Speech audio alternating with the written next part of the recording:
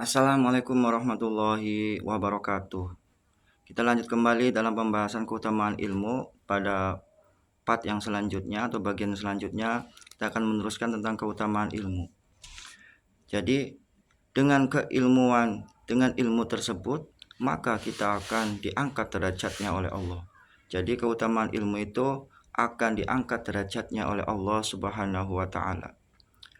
Sebagaimana di dalam ayat Al-Quran surat Al-Mujadalah ayat 11 itu diterangkan. Bismillahirrahmanirrahim.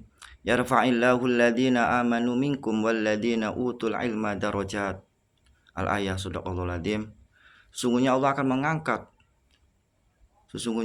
akan mengangkat orang-orang yang beriman di antara kalian. Dan pula Allah pun akan mengangkat orang yang berilmu dengan beberapa derajat.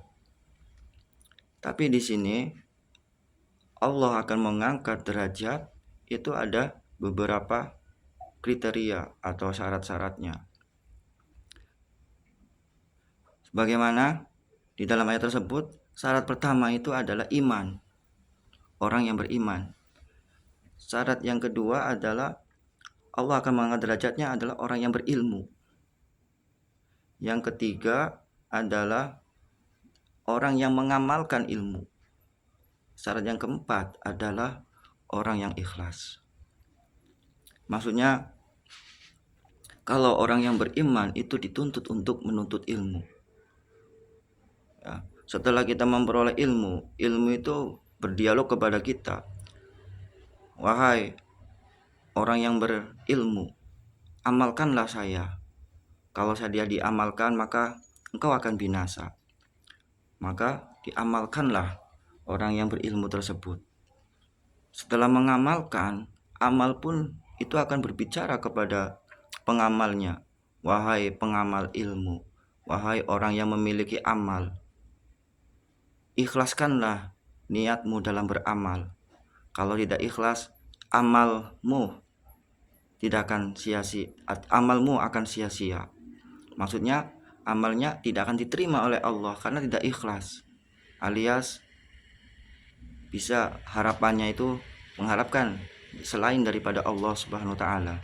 Bisa minta imbalan, bisa minta pujian dari orang lain, bisa menganggap dirinya itu lebih merasa hebat daripada yang lain. Maka disitulah dibutuhkan ikhlas. Jadi perlulah kita memiliki keempat-empatnya itu. Iman, ilmu, amal, dan ikhlas. Terus kenapa di dalam hadis Rasulullah SAW menuntut ilmu itu adalah suatu kewajiban? Tuh, perlu kita pahami. Ya, dalam hadisnya itu yang berbunyi Bismillahirrahmanirrahim. Thalabul ilma fariidhatun ala kulli muslimin wal muslimat. Thalabul ilmi fariidhatun ala kulli muslim. Menuntut ilmu itu adalah wajib bagi muslim laki-laki dan muslim perempuan. Kenapa diberikan suatu hukuman wajib? Karena kita sebagaimana di dalam nas Al-Quran, tujuan Allah menciptakan manusia itu untuk beribadah kepada Allah. Ya, wa ma khalaqtul jinna wal insa illa liya'budun. Tidaklah semata-mata kami ciptakan jin dan manusia untuk beribadah. Maka yang namanya ibadah itu tidak lepas daripada suatu amal perbuatan. Suatu ibadah bukan hanya sholat, bukan hanya zakat dan puasa. Suatu ibadah itu semua aktivitas kita di dunia ini. Dari bangun tidur sampai tidur lagi itu adalah suatu aktivitas. Dalam rotasi kehidupan itu adalah memang tujuannya seperti itu untuk beribadah kepada Allah. Maka karena ibadah itu ada suatu perbuatan, suatu amal, itu ada ilmunya.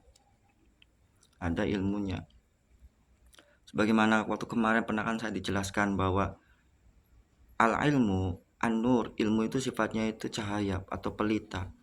memandang dengan suatu kejelasan, memandang dengan mata dohir dan mata batin, dengan pandangan yang jelas, dengan pandangan yang benar, yang diridhoi oleh Allah Subhanahu wa Ta'ala. Bagaimana mungkin kita akan berjalan dengan selamat sampai tujuan? Bagaimana mungkin kita akan bisa sampai tanpa goncang kalau mata kita tidak bisa melihat, mata kita buta?